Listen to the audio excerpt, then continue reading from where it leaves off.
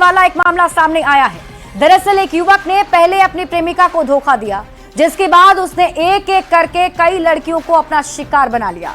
इतना ही नहीं, लड़कियों का यौन शोषण करने के बाद उनका वीडियो बना लिया करता था, जिसके बाद उन लड़कियों को ब्लैकमेल करता और लड़कियों का पोर्न वीडियो बनाकर विदेश भेज देने का भी आरोप युवक पर लगा है। सोशल मीडिया पर आरोपी मोहम्मद साहिल का कई वीडियो वायरल हो गया है, जिसके बाद इलाके में सनसनी मच गई। बताया यह भी जा रहा है कि साहिल ने प्रेमिका गुलशन खातून के साथ मिलकर यह साजिश रची, जिसमें अपने धर्म के साथ साथ दूसरे धर्म की लड़कियों को भी फंसाया और उनका अश्लील वीडियो बना लिया। इस मामले में 2 अप्रैल को एक नाबालिग लड़की ने अश्लील वीडियो बनाकर वायरल कर देने का आरोप लगाते हुए जंदाहा थाने में साहिल पर केस दर्ज कराया था, जिसके 3 दिन बाद पुलिस ने आरोपी को महनार थाना क्षेत्र से गिरफ्तार कर जेल भेज दिया है। वहीं इस मामले में हेडक्वार्टर डीएसपी अबू जफर इमाम ने कहा कि वीडियो वायरल करने का मामला सामने आया है। प्राथमिकी दर्ज कर आरोपी को गिरफ्तार कर जेल भेज दिया गया है। अब इस मामले की जांच जारी है। वीडियो दूसरे जगह बेचने की भी बात सामने आई तो सभी बिंदुओं पर जांच की जा रही है। अगर ये सिंडिकेट चलाया जा रहा है तो इस पर जरूर कार्रवाई होगी।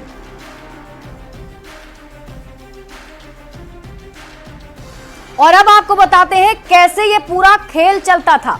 हाजीपुर के जंदाहा थाना क्षेत्र का ये पूरा मामला बताया जा रहा है। लड़की घर से जंदाहा बाजार जा रही थी। लड़की की गुलशन खातून के साथ दोस्ती होती है, मतलब जंदाहा बाजार में लड़की की दोस्ती गुलशन खातून के साथ होती है। आरोपी साहिल की गुलशन खातून प्रेमिका है।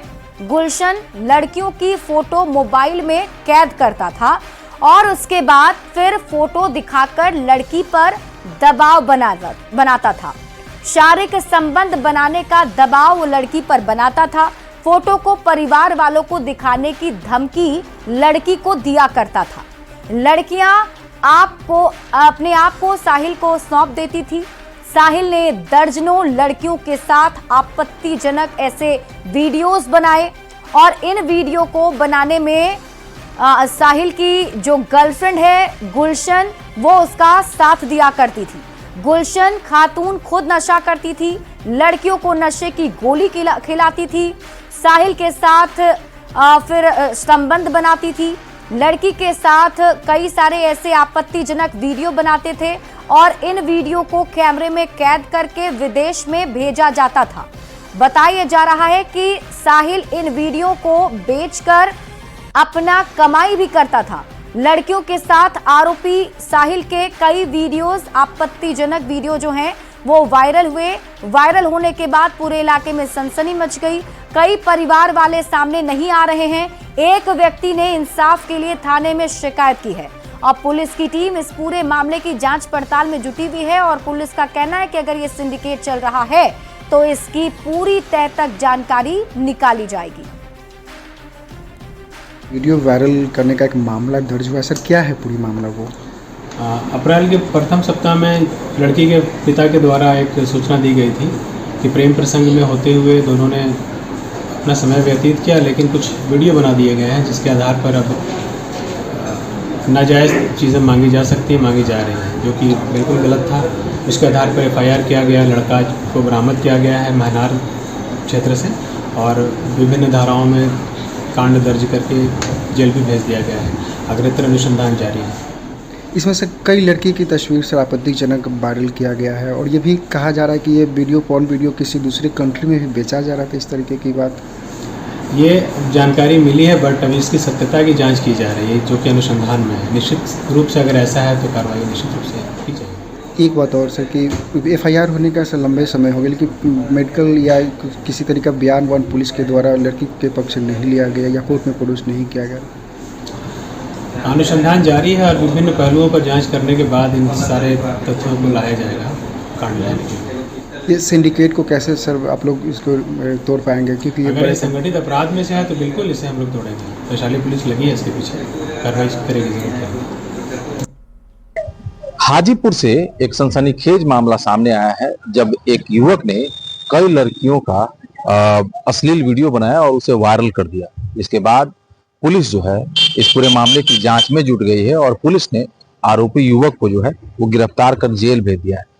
इस मामले में एक खास बात यह है कि वो जिस युवक ने इस काम को घटना को अंजाम दिया है, इससे पहले भी समस्तीपुर में उसने इस तरह की एक घटना को अंजाम दिया था जिसमें वो फरार चला था। उसके बाद इस वैशाली जिले के एक जंदाहा थाना क्षेत्र में कई लड़कियों को उसने अपना शिकार बनाया और इसमें बताया ये भी जा रहा है कि इस युवक के साथ उसकी एक प्रेमिका थी जिसने उसका भरपूर साथ दिया और जिसके बाद इस तरह की घटना सामने आई है। इसमें सबसे हैरान करने वाली बात जो है वो ये है कि इसमें ना सिर्फ उसके धर्म के बल्कि दूसरे धर्म की लड़कियां भी इसमें शामिल थी, जिसमें से एक लड़की ने हिम्मत की और उसने एफआईआर दर्ज कराया, जिसके बाद यह मामला उजागर हुआ और पुलिस ने कार्रवाई करते हुए युवक को गिरफ्तार कर लिया है। जो पुलिस कप्तान है उनसे मेरी बात हुई है, उन्होंने स्पष्ट तौर पे कहा है कि इस मामले की कड़ी जांच की जा रही है, गहनता से जांच की जा रही है और जो भी लोग इसमें दोषी होंगे उस पर कार्रवाई की जाएगी। एक मामला ये भी सामने आ रहा था कि लड़की का मेडिकल 15 दिन, घटना के 15 दिन बीत जाने के बाद भी लड़की का मेडिकल जांच नहीं कराया गया, लेकिन एसपी ने स्पष्ट तौर पे कहा है कि पुलिस प्रशासन लगातार लड़की के संपर्क में और लड़की जो है वो इस मेडिकल कराना नहीं चाहती थी, लेकिन एक आखिरी बार एसपी जो है अपने स्तर से प्रयास करेंगे ताकि लड़की का मेडिकल कराया जा सके। कई ऐसी लड़कियां हैं जो सामने आएंगी और ये मामला कहीं ना कहीं बेहद गंभीर और संवेदनशील है, जिसको लेकर पुलिस प्रशासन भी काफी गंभीर है। प्रफुल्ल कुमार, न्यूज 18, हाजीपुर। और इसी बीच रुक कर लेते हैं बड़ी खबर की ओर। पटना से आपको इस वक्त की बड़ी खबर बता दें, जहां बड़ा विमान हादसा होने से टल गया। जानकारी के मुताबिक किसी अज्ञात शख्स ने विमान की ओर लेजर लाइट दिखाया, जिससे पुणे से चलकर पटना आने वाली इंडिगो की विमान का संतुलन अचानक से बिगड़ गया। लेकिन थोड़ी देर में पायलट की सूझबूझ के कारण विमान को सुरक्षित लैंड करवा दिया गया।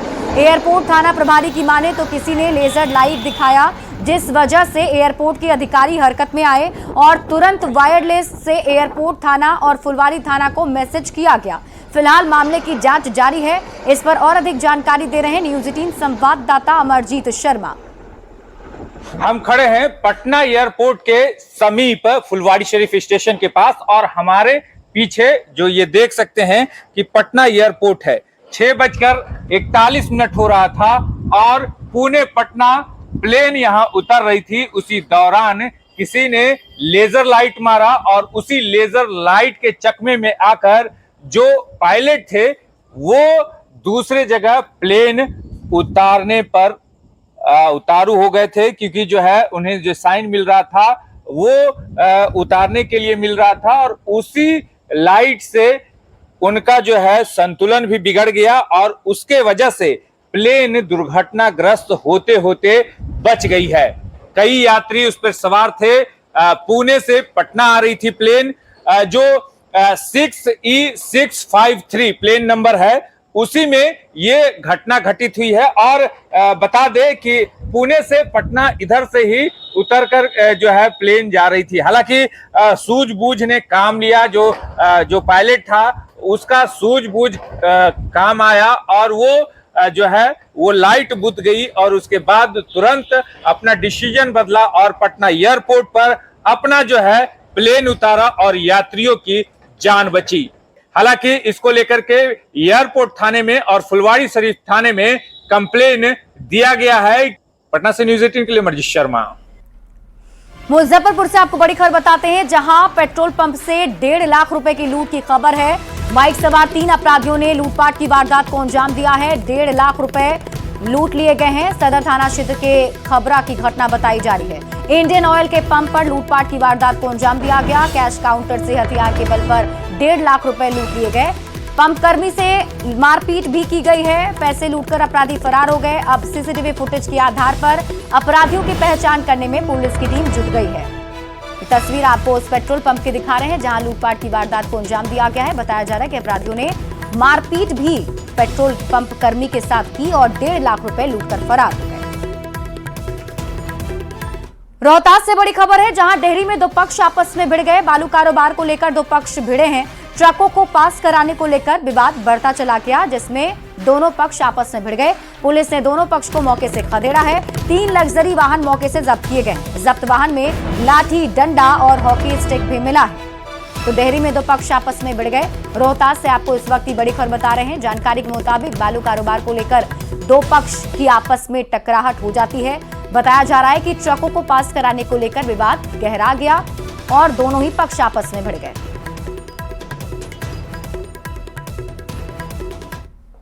गोपालगंज में चेचक तेजी से पांव पसार रहा है। बीते 24 घंटे में एक युवक की चेचक से मौत हो गई है, जबकि 20 से ज्यादा लोग बीमार हैं। सदर प्रखंड के हजियापुर दलित बस्ती में मेडिकल टीम को भेजा गया है। सिविल सर्जन डॉक्टर वीरेंद्र प्रसाद ने लोगों से अपील की है कि चेचक निकलने पर नजदीकी स्वास्थ्य केंद्र में इलाज कराएं। उन्होंने कहा कि कई इलाकों में लोग माताजी मानकर इलाज नहीं कराते हैं, जिससे जान जाने का खतरा बना रहता है। देखें गोपालगंज संवाददाता गोविंद कुमार की रिपोर्ट।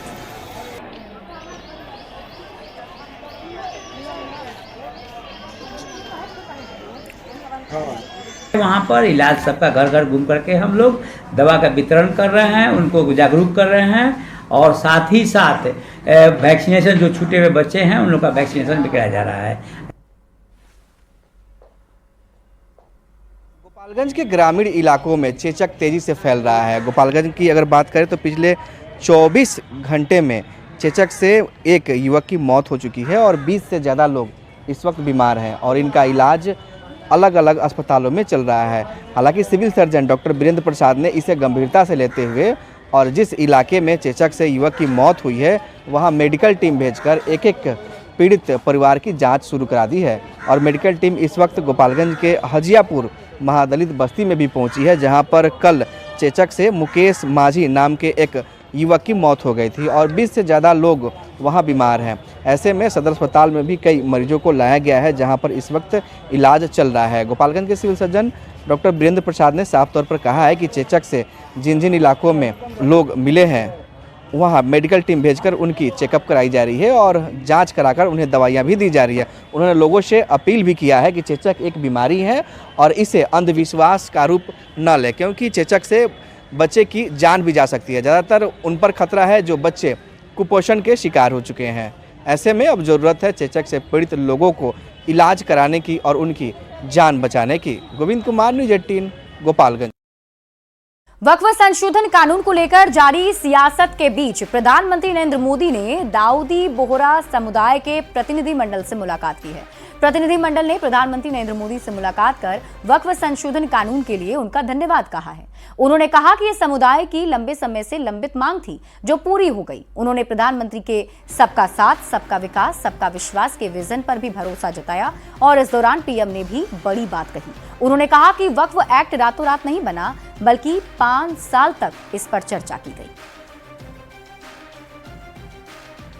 विद इन माइनॉरिटी है और उनमें हमें आपने जगह दी है, हमारा नाम आया है और जो काम हुआ है हिंदुस्तान की तरक्की के लिए आपकी ख्वाहिश है कि सबके साथ, सबको साथ लेकर चलना है और जो काम हुआ है और हो रहा है वो इंशाअल्लाह इंडिया के लिए, हिंदुस्तान के लिए और पूरे देश के लिए बहुत खूब होगा।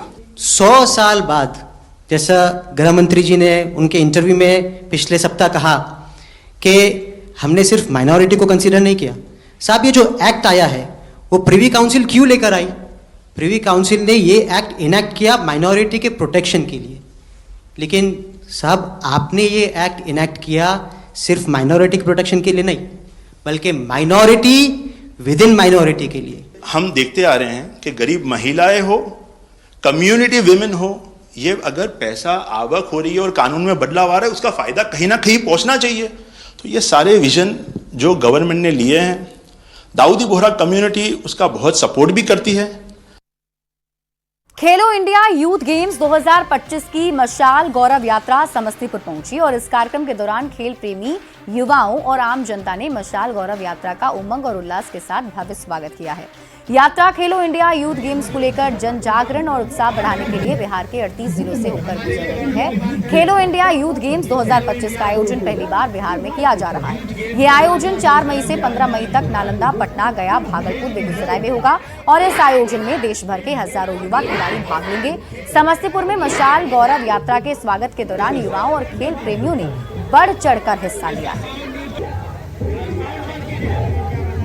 और फिलहाल